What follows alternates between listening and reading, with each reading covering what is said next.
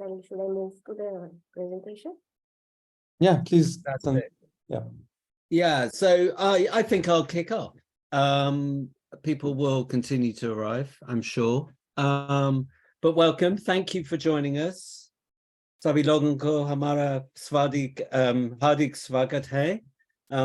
A warm welcome to all of you. I am Simon, a partner at Stripe Partners. I've done PhD research in India many decades ago now, but continue to have a close interest in and love for India. And I'm delighted you've joined us. And I want to hand over fairly quickly to Julian, our colleague at the Consumer Culture Lab, to explain a little bit about the collaboration. But I would love just to remind you, keep introducing yourselves, and any questions as we proceed through the presentation, which Tanvi, Adishri, and myself are going to cover off. And then we'll have plenty of time to open up for chat and discussion at the end. So without too much further ado, Julian, introduce yourself and tell everybody why we did this. All right, so we created the Consumer Culture Lab, to track the evolution of Indian society, which, as you know, is changing rapidly, and we wanted to create a space where we could, talk about these changes, within academia, but also, involve people from industry in talking about these changes.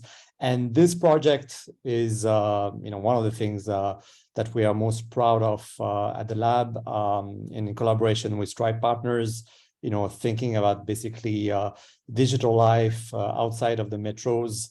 I think it's a great collaboration, which shows that industry and academia can work together on some interesting topics. So yeah, I'm excited to talk about the project. Just briefly, apart from me in the lab, there is Rajesh and Tanvi, who are also professors at IIM Udaipur, and helping us is Adishri, who's taken the lead on this project. And from the Stripe Partners side, Simon, whom you've just seen, as well as Julian and Arabella. And that's it for me. Thanks, Julian. It would be nice to start off with understanding the context of Digital India and why is it that we need to focus on content creators from small town India, to be specific. The size of the Indian digital user base is huge. It is massive. The Indian population is about 1.4 billion, out of which a significant proportion of our population is young, living in the non-metros with a lot of socio-cultural diversity. Traditionally, mainstream consumer research in India has tended to focus more on the bigger cities, more on the metros like Mumbai, Delhi, and Bangalore, which kind of offers a skewed picture of a country which in reality is locally diverse. A significant portion of India's digitally savvy population actually lives in tier 2, tier 3 cities. What are tier 2 and tier 3 cities? These are labels that we have picked up by classifications made by the Inland Revenue Services that officially categorizes the top 8 metro cities with a population of above 50 lakhs as tier 1, around 100 fast-growing non-metro cities with a population of above 20 lakhs but below 50 lakhs as tier 2, and the remaining 3,000 smaller towns as tier 3 with a population below 20 lakhs. While the internet has dominantly been an English space, the linguistic diversity of India is what makes it even more unique to explore this space. And that is because 90% of the Indian population does not speak English. Moreover, the rapid rise in the internet penetration, especially in the Indian hinterlands, makes it even more important for us to just take a pause and observe this space in greater detail. While India has been big and has always been an avid consumer of internet content, it was TikTok that really triggered the creation movement in India's hinterlands. TikTok was what we call an ultimate equalizer. It transgressed social hierarchies, it bridged the urban-rural divide, and it inspired small-town creators to come forth and share their narratives on the popular platform. Available in 14 different languages, used by millions across the country, TikTok housed India's largest vernacular creator base across diverse genres till its ban in 2020. Post the ban of the popular app, several local apps emerged to kind of tackle the gap and foray into the space TikTok had left behind. Moreover, it also pushed local creators to experiment with more global platforms like YouTube and Instagram. With the internet, social media, and mostly content creation becoming a more accessible space in the Indian internet, we witnessed what we call India's growing creator economy. And there was a sudden boom. The number of active content creators we have right now is about 50 million, which is likely to catapult to 100 million by the end of this year itself. A creator we interviewed in Siliguri spoke about how technology has now become synonymous with social media and is now an essential component of their daily lives. All of this points towards one singular factor, and that is that India's hinterlands are indeed transforming into her digital heartlands. I'd now like to hand it over to Tanvi, who will take us through the next section of the presentation. Thanks, Adishi. So we have actually been witnessing a huge surge of unique content creators emerging from small towns in India. And definitely India's hinterlands are becoming its digital heartlands. And that's the main reason why we thought of investigating this entire dynamic in a cultural way to understand the cultural dynamics at play. And we actually try to understand it through a rich ethnographic study that we conducted over the last 1 year at the lab. And we actually call this report and this analysis as Rangbhoomi. So Rangbhoomi, for I think Indians might understand what that word means, but just to kind of translate it in English. So Bhumi is actually literally means land. And basically in India, especially in smaller towns, people's identity is very deeply rooted on their lands. And Rangbhoomi literally means playground or a stage or an arena of performance. And we felt that this really captures the way social media is used in small towns. So that's why we called it as Rangbhoomi.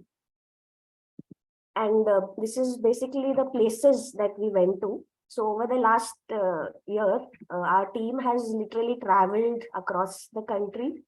And we have done a rich ethnographic study where we spent like 2 to 3 days with creators across these places. So as you can see, these are not your typical metro kind of a place, like a Delhi, Bombay kind of a place or some neighboring, like generally what I've seen is when they talk about small town, it's a Delhi versus a Ghaziabad, which is again just a neighboring town, neighboring very close to a metro city. Here we literally went to places which are much more away from metros. And as you can see here, each state that we went to has its own linguistic history. So they talk a different language. And although you might say that North India is largely a Hindi belt, but that's also not true because each state, even in the north, has its own dialect. So for example, Rajasthan, Udaipur has a Mewari way of talking, Mewari dialect. And a Chhattisgarh, although is a Hindi belt, it has Chhattisgarhia, which is a local dialect. Even like a Bihar would have Bhojpuri, right? So even the content creation space is interesting because it's at that vernacular level of the dialect at the local level. So that's why we try to actually capture that diversity in the field, the people that we went and visited. And for us, basically, it has been a really humbling and revelatory experience because I think most of us in the team have been kind of brought up in metro cities, and we, in fact, the entire even marketers who do research, marketing research in India are pretty much headquartered in metros. So the personhood and the way we look at life is very different. So once you immerse yourself in small town culture, spend time with them, it's been a very humbling and very revelatory experience for us during this fieldwork.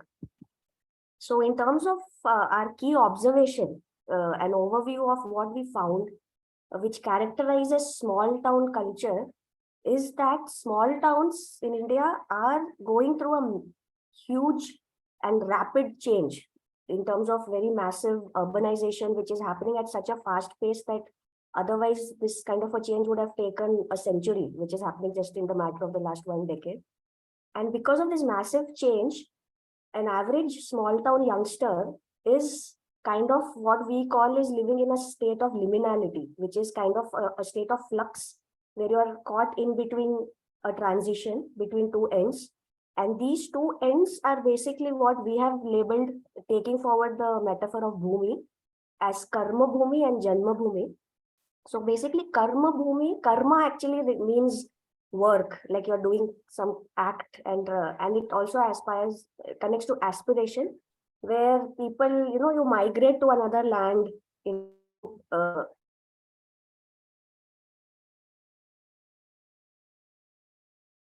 you are moving towards that change, towards a metropolitan kind of a lifestyle. And that change, although is aspiring, it's aspirational, but it also comes with alienation, the fear of alienation, that you're losing out. Yeah, I hope you can hear me in internet thing. And then Janma Bhumi is the other end, which is about rootedness and staying true to your regional identity. And that is a space which works as a constraint to one's aspirations, but it also offers a fertile ground for the creators to expand their roots. So these two ends of a spectrum is something that an average content creator in small town is trying to navigate. And as a creator, you can choose where you want to be in this spectrum. And what we kind of conceptualize this third space, which is Rangbhoomi, which is kind of the play area for the creators. And it's, as you can see, it's an expansive canvas which spans from the Karma Bhumi all the way to the Janma Bhumi. And as a creator, you can choose which part of this canvas you want to occupy. So it's basically a trade-off between aspiration and rootedness. But what we found eventually is that it's not necessarily a trade-off. So you don't necessarily have to let go of your roots in order to fulfill your aspirations. So what we found is that it's actually a two-dimensional space. It's not just a one-dimensional spectrum. And that two-dimensional space, we could look at it as an axis, like the horizontal axis, which is about rootedness, and the vertical axis, which is about mobility. And what we found is that it doesn't mean that in order to be socially mobile, you need to uproot yourself from your regional identity. And we found that content creators from small town tend to occupy different spaces in this quadrant.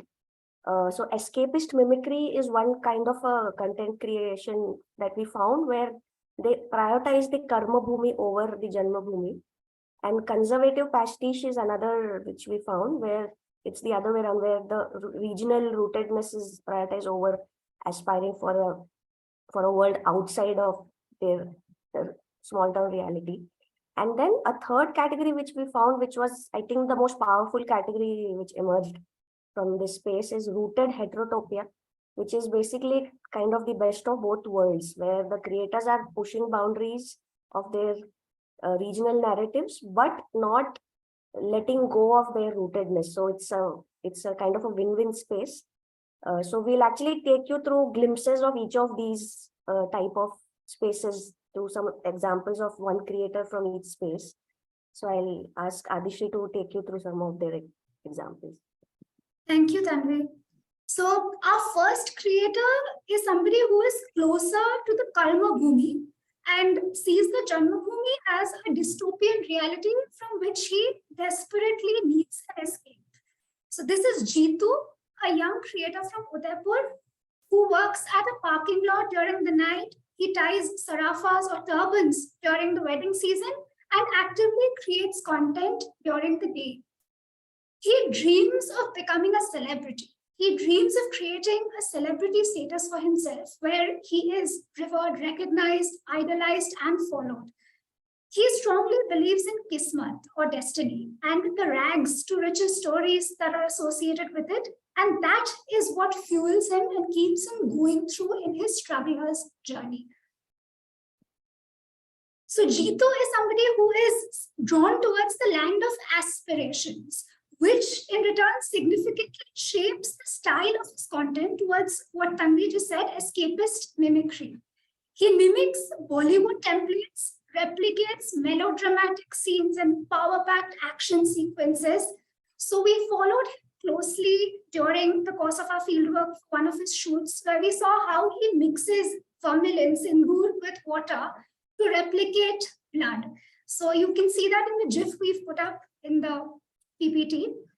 One very interesting and very unique thing about Jitu is that he never really posts about his real lives, no stories, no snippets, because he thinks it's not glamorous enough, which makes his content completely performative of his fantasy.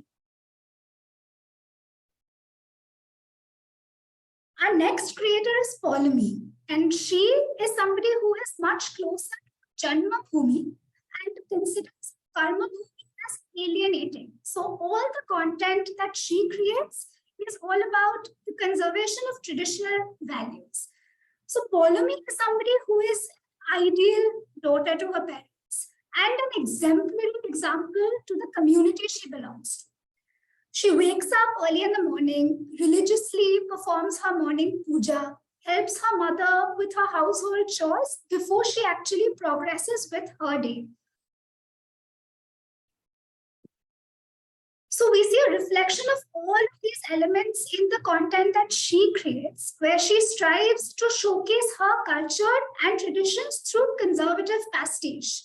She is somebody who shies away from critiquing or improvising any kind of traditional content. So through this, she actually navigates through the creative space of Rangbhoomi and at the same time manages to safeguard her honor or izzat, as we call it, and also that of her family and the larger community that she represents. While we see Jitu and Polumi and the two creators we just spoke about, they represent two ends of the spectrum between aspiration and rootedness. However, the creators need not necessarily choose one space over another.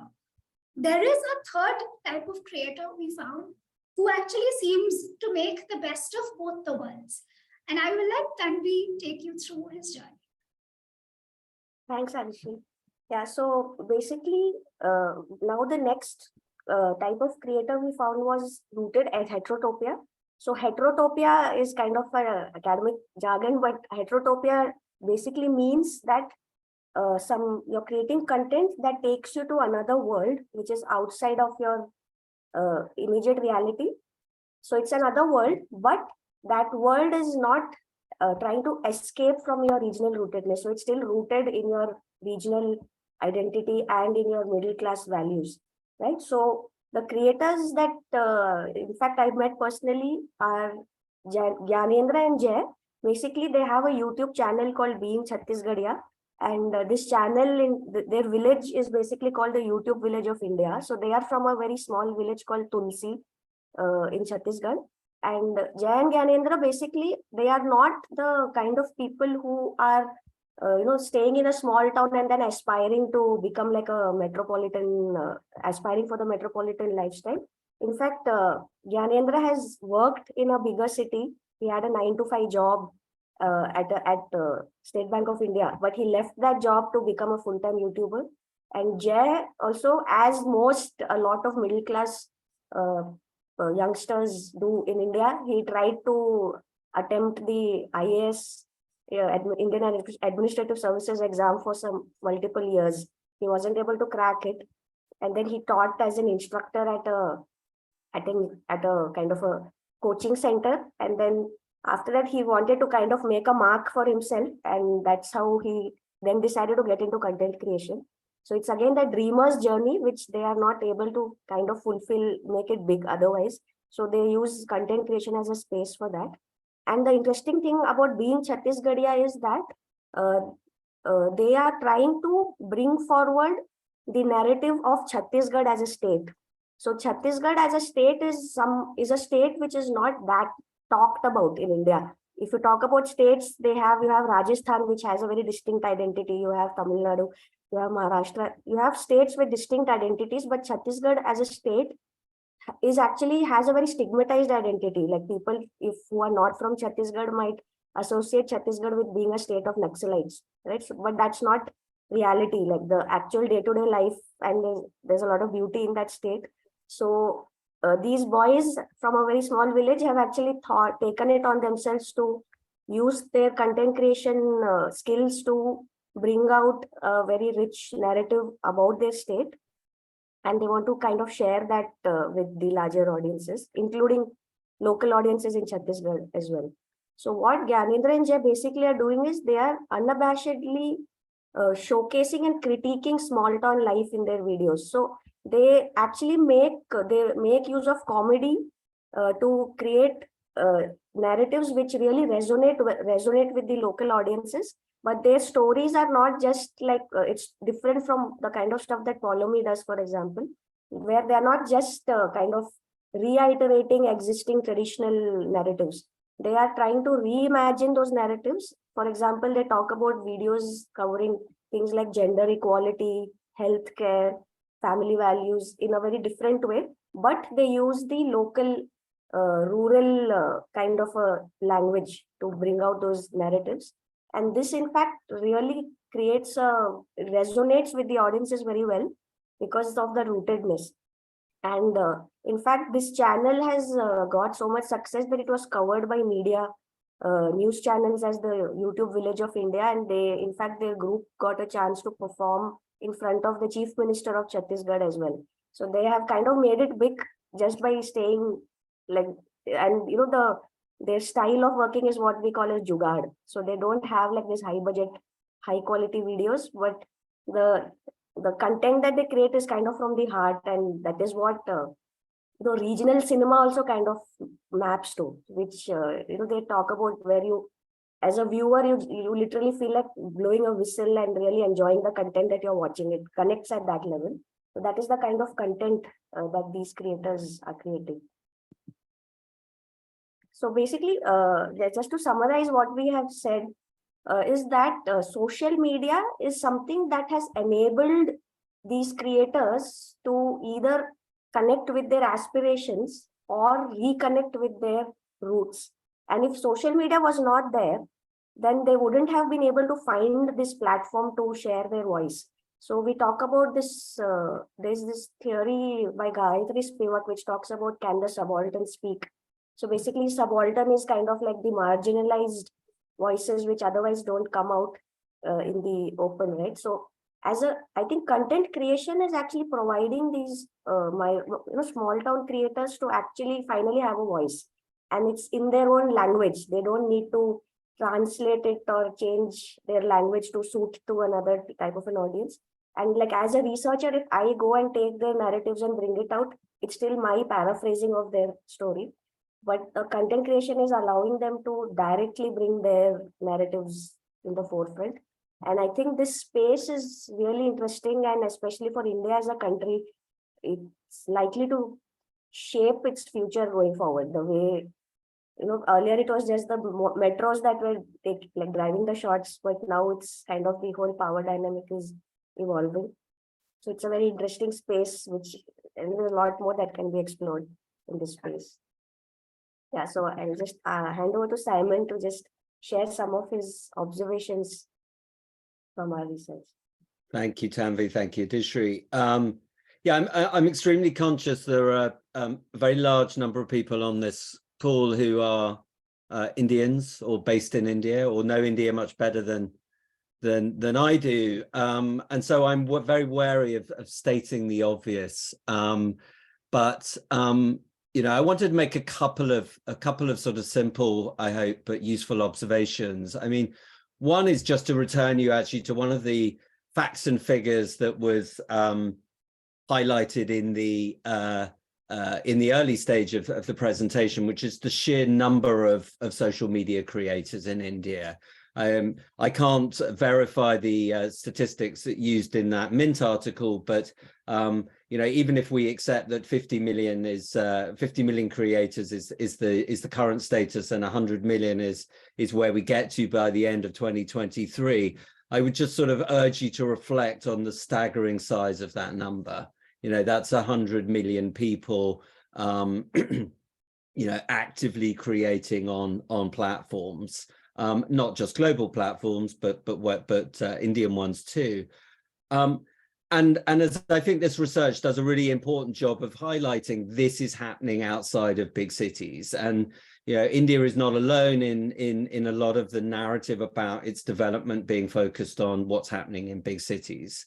And I think whether you're a Western organization, or whether you're an Indian company, whether you're working in marketing or in product, whatever it may be, I think the very clear implication of this work is that you ought to do exactly what Tanvi and Adishri and colleagues have done, which is get out of these big cities, get out onto the road, and go and explore really where I think a lot of the incredibly exciting action is happening in India. And there are many, many sectors where investment is headed not to the metros, but to these smaller cities. And in a kind of post-COVID environment, there's actually migration back from the big metros to these places. So, final, summary there, I think, is tier 2, tier 3 is where the action is happening.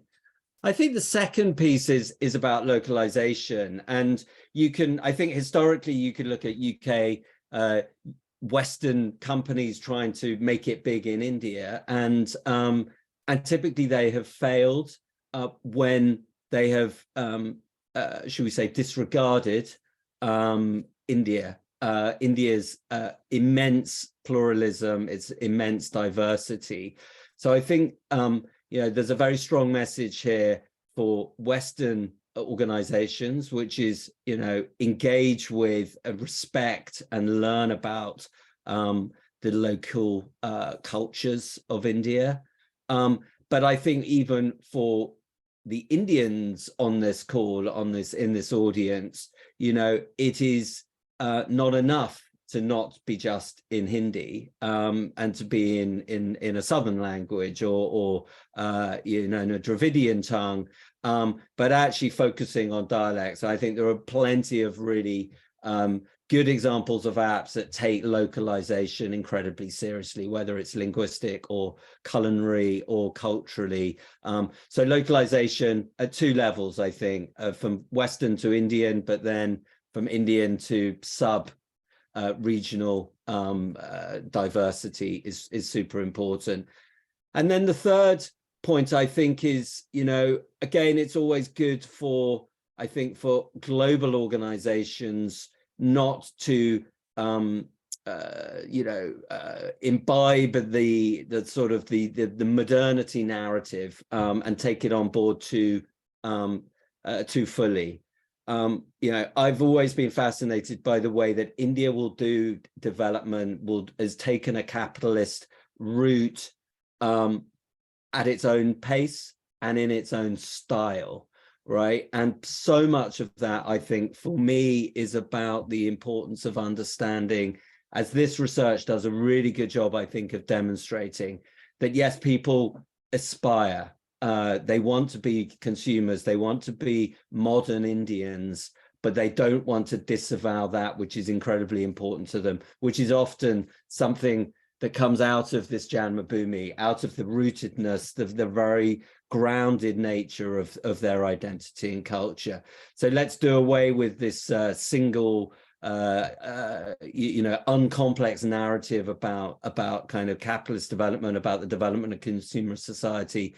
And let's complicate it a bit. And I think this research does a fantastic job of doing that. And so finally, I'd say, look at social media for what it is, which is a medium that people are using to express themselves, but also look at it as at a bigger level, as a sort of as a way that a culture and as a society tells stories about itself. And I think if you dig into the report that Tanvi and Adishri have written, you'll see that story of India that's being told by Indians themselves. So I'll hand over to Rajesh now. Thank you so much, Simon, and thank you so much, Tanvi and Adishri, for a brilliant presentation. I learned a lot. And there are a few very interesting questions. So maybe I'll start off with that, and maybe Adishri or Tanvi, you can look at answering some of it. So one question I think which I found very interesting, and it's a question I had as well before this project was done. Shiva asked this question. He says, most of the internet is in English. Since most of the content seems to be in vernacular languages, what kind of digital tools are these creators using? Did you get any perspectives on this during the field work? Yeah. So basically, if you see, like the creators we went to, and in small towns, the primary format of content which they create is video. So the video is basically just spoken word, and they kind of created in their language. And for like the kind of the headlines and it's only that at that time where it has to be converted to text. So usually I have seen them using Hindi itself in the text, with like the dialect is, for example, Chhattisgarh, but the script is Hindi. So that script level it's there, but of course we see that you have this transliteration where it is Roman English letters, but the word is Hindi, like aap, AAP, like that. So that kind of is what they are kind of, there is in fact this book which we had read in the course of this research called Vernacular English. So English itself has been Indianized in India, like you have your own Hinglish and Tanglish and those aspects. So that is something we found. And of course there are especially like the creators who are in that escapist space, there we saw them forcefully trying to talk in English. Like they are not comfortable with English, but they don't want to accept that, like they are trying to kind of fit into the thing. So kind of which sometimes might be classified as cringe among viewers. So that is also something we found. And then on the other end, we found into like people closer to the Rangbhoomi side were very unapologetically vernacular. So in fact, Jay, who's the content creator from Chhattisgarh, he said, "Mere English ke maa baap nahi hai." Like my English doesn't have any mother or father. So we went from big cities to the towns, right? So they saw us as they come from big cities. So in the first day itself, they said, "Ki ma'am, my English is not good." So we were anyways talking to them in Hindi only, but kind of that is like something they're conscious about, and people are either bothered about it or they just don't care, depending on where they lie in that spectrum. Sure. Thanks, Tanvi. So I think Sonia has an interesting question. She says, why have you called it escapist mimicry and not just mimicry? Right. So what is that sense of escapism did you unearth from your ethnographic data? So if you could elaborate on that a little bit. Yeah, Adisha, do you want to take it? You can go ahead and get that. Yeah, so basically, mimicry might be like you could mimic, for example, if you are staying in the rooted space, then you could mimic a Ramayana, for example, right? So that is kind of like, in fact, the Ram Leela was a theme which came up in our research as well, where you just mimic something which is kind of rooted and traditional. But Bollywood, for example, is designed as an escapist space itself. So most of your melodramatic rags to riches stories that are there primarily in Bollywood, even the recent gangster themed movies, like we saw a lot of male content creators, doing these movies like KGF and Pushpa. These are South movies, but they have kind of traveled across India, where they have just shown this really person who's not otherwise qualified for a job, but they kind of become owners of an entire city. So those kind of really incredible rags to riches stories are something that we saw repeatedly in the way people were describing their content creation journey and the type of content that they're creating. And with, for example, with Jitu, we in fact asked him specifically that why don't you post content about your real life? Like generally what in Western countries we see people do vlogging, or even in metros in India, there's a vlogger who talks about general their real day-to-day life, what they're doing. But an escapist mimicry artist will not want to project their real life at all to their audiences. They only take on the role. Even there's this concept of Heterotopia, which we have talked about in the report. When you impersonate a character, either from Bollywood or some fantasy character, and you play that out online. So you know, even these Bollywood songs, which people do lip sync or their dub smash and all that, right? Where the actual Bollywood movie scene, you replace the actor with your own face on it. So it's literally entering into that space. So that's what we call it as escapist. Yeah, moreover, for somebody like Jeetu, just to give a quick context, Jeetu actually comes from a poor family. You know, he is riddled by a lot of troubles, a lot of financial troubles that he's trying to find a solution to. So the escapism over here becomes key because he is actually seeking escape from his current realities through the content that he creates. It's not just mimicry, he is trying to seek some sort of an escape. That's very interesting. I think I'll put this to Simon. So Niharika has this question. She says, she's asking, how can brands increasingly leverage these creators, wherein currently the emphasis is more around tapping into the mainstream because that is easier to reach more audiences at a lower cost and ensures visibility. So what guidelines could be there for brands to leverage these creators? You know, I'm going to pass that one to Julian because I think he's, you know, I wouldn't regard myself as a pro marketing person, so as a professional. So I think Julian could speak better to that. So I'll take the next one. All right. I mean, like, I think what's interesting is that I'm going to do like an academic dance, which is basically pretend that I'm answering the question while, you know, basically confusing everyone. Because I don't have necessarily a very good answer to that question. I mean, I think that what's interesting, obviously, is that there is huge demand in India for very localized content, right? As Simon mentioned.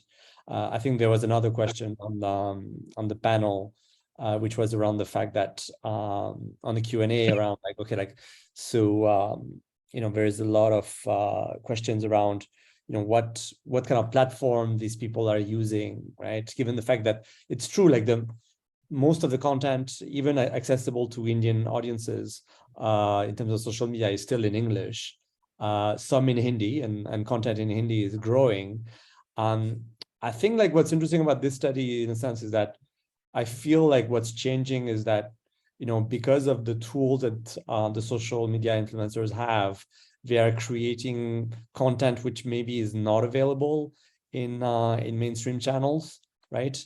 Because there is content in Hindi, there is content in like the major languages, but maybe that content is not so localized.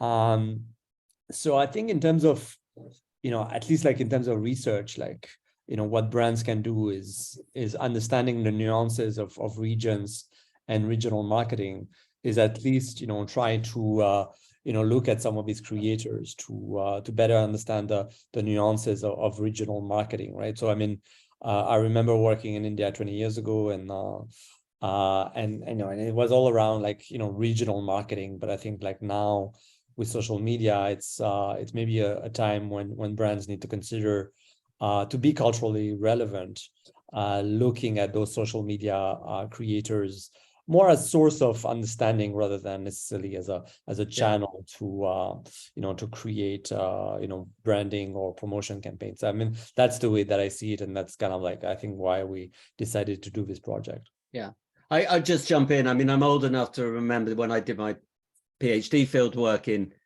India, and there was a Star TV had a famous advert where, you know, it wasn't the owner, but the, you know, the fictitious owner of the channel was being instructed in Hindi, right? Because, you know, the market hadn't accepted an English medium language channel, and it was all about localizing it to Hindi. It feels to me like India's now at a point in which, you know, go back to the numbers again, you know, look at the penetration of the internet and of smartphones in, you know, writ large across India.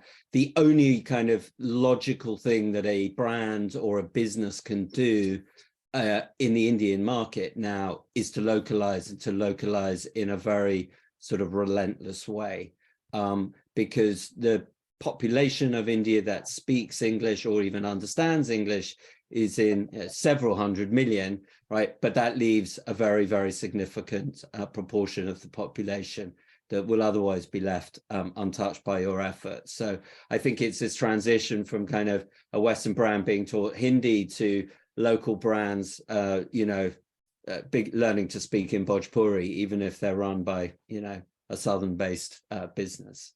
Yeah, and I think another thing is that generally the local dialect in India itself is generally seen to be associated with a lower class, like a Bhojpuri versus Hindi. So Hindi is relatively seen as more polished. So a brand like Cadbury's or some brand might think that if I talk in Bhojpuri, I might be seen as cringe or something. So that is kind of a mindset which is there, which is through these content creators, we felt that that mindset needs to be let go of. And I think, I mean, technology allows you to do things like micro-targeting, where you could literally create multiple versions of your campaign, even at the level of like a particular pin code, right? So that is something which can be done. Thank you so much. I think there are a couple of questions here related to this idea of what is a creator, what is an influencer, and so on. So, you know, how would you look at that, right? So when you talk about creators, do you mean influencers? That's what Priyanka is asking. And I think Manami also has a related question where she says that, you know, the local landscape or the ecosystem, is it changing because of the coming in of these local content creators, right? So are like cafes or local businesses catering to these kind of creators? So I think a couple of related questions: is influencers same as creators? And second, is the local ecosystem changing because of the coming in of these creators? I'll leave it to whoever feels that they can throw some light on these couple of questions. Yeah, so basically, I think every creator, I mean, a person who's creating content and putting it out there is a creator. And eventually, once they gain a number of followers, they become influencers. So it's just, I mean, stages of progression for a person. So of course, people who we met, they aspire to become influencers. So like we didn't go to mega influence. In fact, I think being Chhattisgarhia was like the only creator who have more than they have lakhs of followers because they kind of exploded after a point.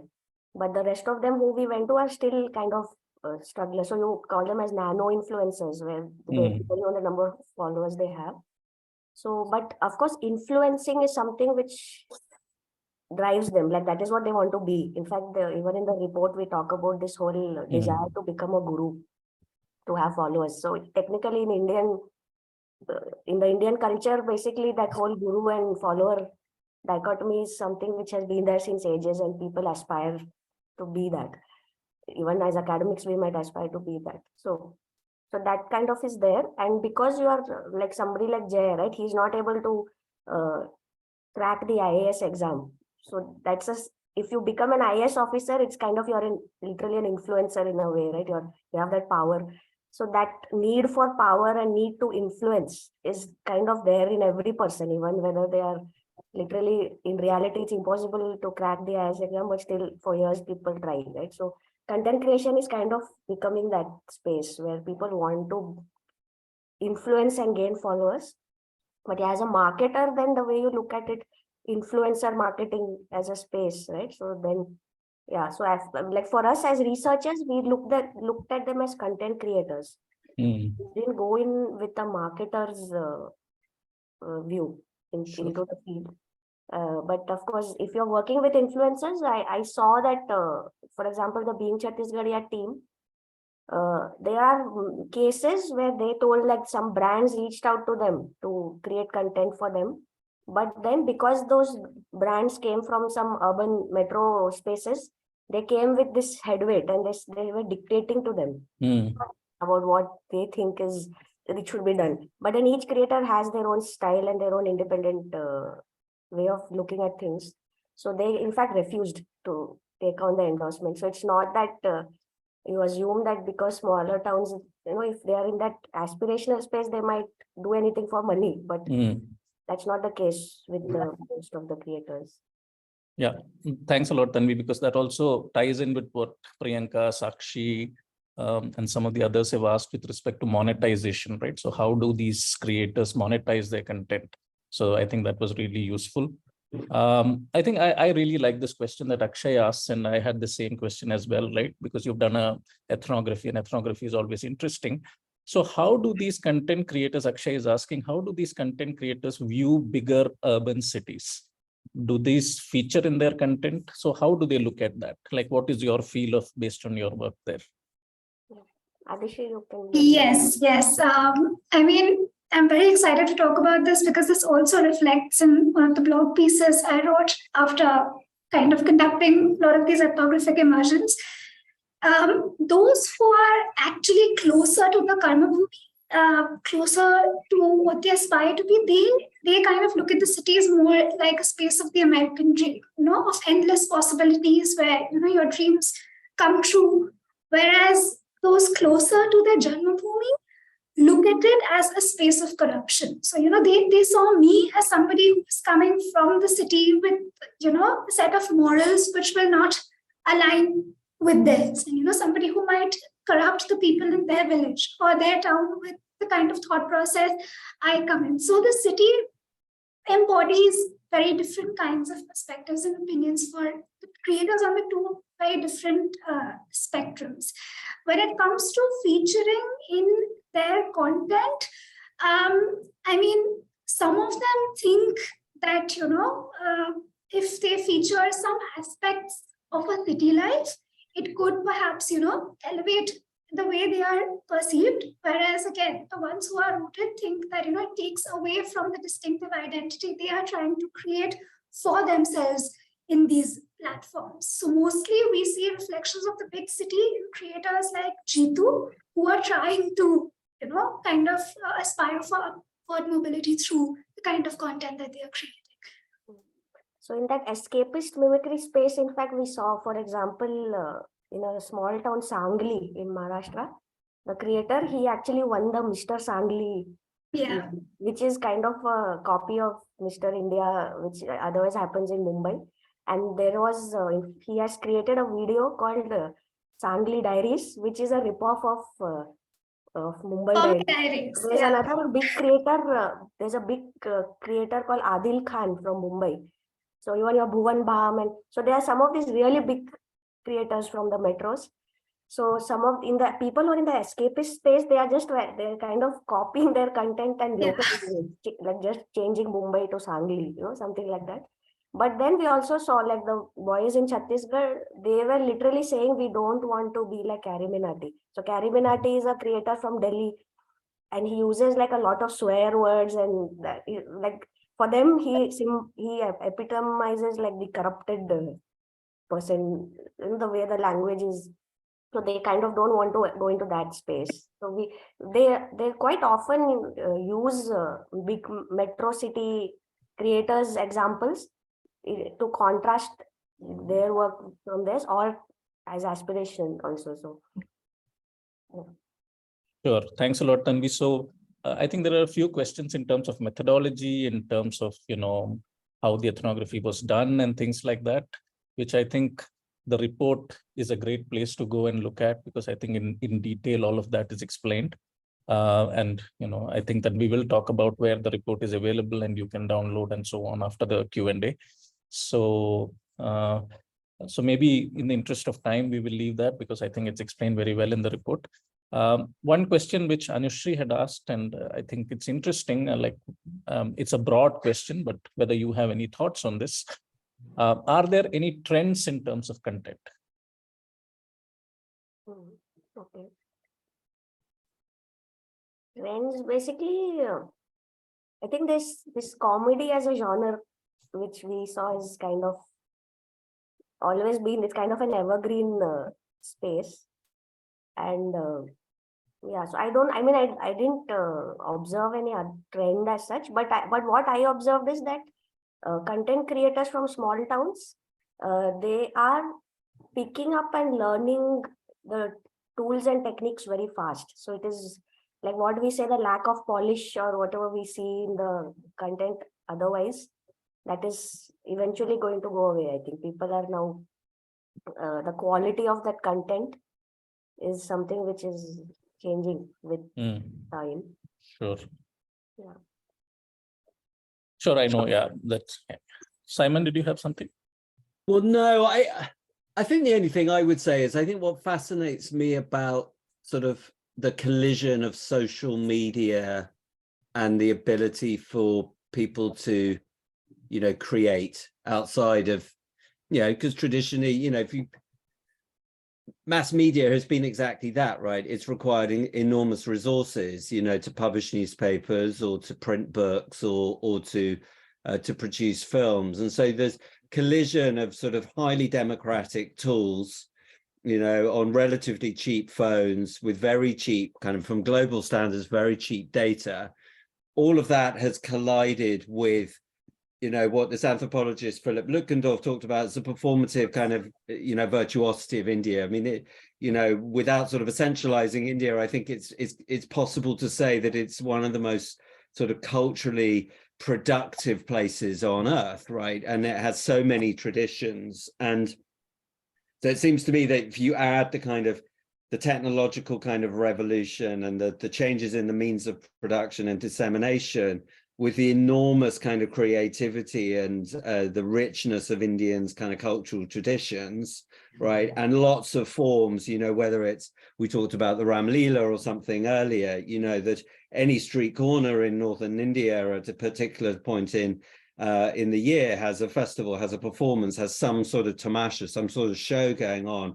So you put these two ingredients together and it's not surprising that you see this, you know, efflorescence of activity, right? And so and it's just yet another reason why we have to look broad in India and we have to look outside of, you know, the metropoles, because so much of that activity is so highly localized, you know, and this is just tapping into, you know, traditions in which these cultural forms have evolved over time. You know, no, if you will, no telling of the Ramayana is ever the same, because every time it's told, you know, there are additional flourishes and accents and emphases put on it by the teller. So I that's what sort of I think is just so enormously exciting. And, you know, maybe my daughter would like to think that her use of TikTok is very creative, but I don't think she's seen anything yet. Okay. Thanks a lot, Simon, for those thoughts. I think we have a lot of, you know, many more questions, and I don't think we will have enough time to answer all of that, but we will get back on these questions, right? So I think Julian is trying his best to answer some of these questions live, but whatever is left off, I think we will get back on that. But I really like this question by Nikita, and I wanted to put that to you. She says, how are these creators perceived locally within their communities? Do they face social stigma because of the type of content they create?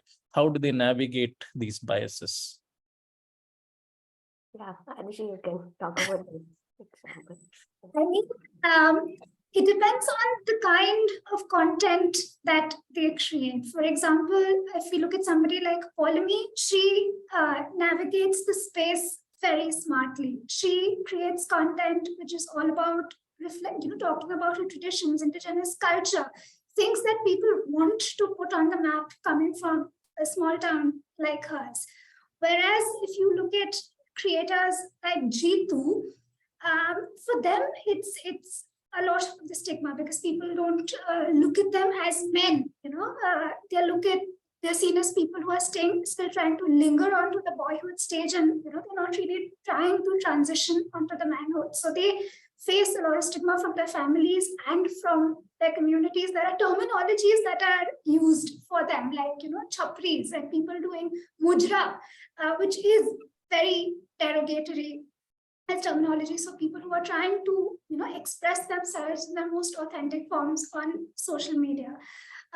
Whereas, you have people like Jay and Gyanendra, who are actually encouraged and supported by the local community, including the village Panditji, who come and actively participate in the videos that they create. Yeah. So, but one interesting thing about the Jay and Gyanendra is that except for their own parents, all the other elders in the village support them. So they kind of participate in their videos, but as in Jay's parents have kind of given him this ultimatum, like 2 more years, you can do this, after that get a real job. And so that's still there, unless they really start earning money, a lot of money from this, from content creation, it's difficult for them to kind of legitimize it to their own family members. So that is already, especially there for the male creators. So we actually in the report talk about this concept of izzat. So for men, it's basically about being the breadwinner. So if that is kind of based on what the kind of social judgment is done. And for women, basically, it's basically you don't lose your izzat online. So even the kind of content that women put online is very much audited by the men in their family. So that is also something they really are careful about treading those spaces. Sure. So I think we don't have much time left, and I think Tanvi might want to talk about the report a little bit. Maybe I'll just take this last question by Avinash, where he says, where do these people get ideas from? They must be following English and Hindi content creators, mainstream creators. So how do they embed themselves there, and what do they look for when they're sifting through that content? Did you get any perspective on that? Like, how do they interact with the mainstream? What do they use it for? Yeah, so like if I take the example of the Bean Chhattisgarhia team, they actually they are creating Chhattisgarhi content. Mm. And Chhattisgarhi content, not necessarily just like mimicking a Bollywood content in a Chhattisgarhi language. In fact, that is what the Chhattisgarhi film industry does. The Chhattisgarhi film industry, what the creators themselves were saying, that is their definition of cringe, where that whole typical hackneyed Bollywood script, girl meets boy, and that kind of movies are being made by the local Chhattisgarhi film industry. So the Chhattisgarhi audiences don't have quality content in their own language. So these creators are in fact using their own creativity. So basically this team of boys, they sit together till like 2 and 3 in the night, and they come up with a script. And it is all their villagers, other elders in the village, right? They also come and give them ideas for scripts. It's a very interesting space. And at the end of the day, in fact, the creators themselves told that in India, almost every Indian has a, that Bollywood kida in them. So they'll come up, they're very creative at coming up with scripts and storylines, especially the ones which are really rooted in their own day-to-day lives. So they don't have a lack of creativity. So they don't need to necessarily look at Western or Hindi content to create their. In fact, there's so many narratives which are not at all there in the Indian. In fact, I mean, what we see as a trend now is regional cinema is overtaking Bollywood in terms of creativity as well. So, yeah.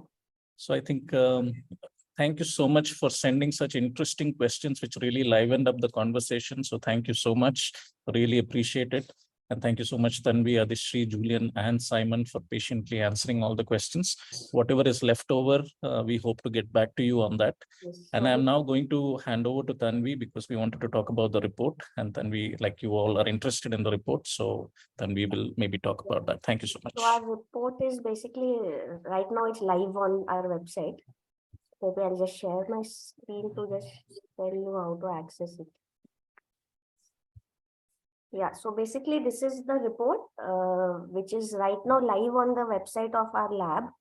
And here is a tiny URL link, which I will request Adish to paste it in the chat. Right, so if you click on that, it will take you to the page on our website where you can just download the report. It's a PDF and it's freely available, so we are not like selling it or something. You can download it and read it, and please write to us if any feedback, any thoughts that come to you as you go through this report. Yeah, so basically this is the link to access the report, and you could even otherwise, if you lose this link, if you just search for Consumer Culture Lab IIM Udaipur on Google, it will take you to our website, and on our website we have links to download the report. You could easily download it from there. And of course, all the people who have registered for the webinar, we will email you the link as well after the webinar, so you will have your copy of the report. Yeah. All right. So, Yeah. I mean, before we say goodbye, I just want to say thank you to Simon and his team, Arabella, and the rest of the team, Julian, And George. I mean, I think it was an amazing experience for the team at the lab to learn, from people at Stripe. So I just want to thank, Stripe for helping us do this research. Maybe Tanvi and Adishri, you want to say a few words about that? Yeah. Yes. So even for us, like for me personally, it has been a very enriching learning experience, especially working with Stripe partners. And it's basically like, especially coming from India, the kind of training that we have received is not that deep when it comes to anthropology. So this project actually really helped us to gain that exposure, because I come from marketing research background commercially as well. So generally we never do proper ethnography in the industry. It's mostly just depth interviews or focus group discussions. So even methodology wise, it was a very interesting space for us to explore. And over the last year, we have really, chewed on Simon's brain. It has really helped us a lot. Yeah, absolutely. It's been a brilliant experience. And moreover, I think what really strengthens this report is the entire emic versus edic perspective that the entire Stripe team brought to us and really helped us navigate this journey seamlessly. So thank you so much, Simon. Thank you, George. Thank you, Arabella and Julian. No, thank you all. It's been great. We've learned so much, and I hope that everybody who looks at the report will learn lots too. I think you will. I think there's a lot of richness in there. So yeah, thank you all for coming and hearing a little bit of a thin slice of what we found, and there's more in the report. Thanks, everyone. Thank you. Goodbye. Thanks, everyone. Thank you. Bye. Thank you. Thank you. Bye. Bye. Bye, Simon. Bye-bye. Well done.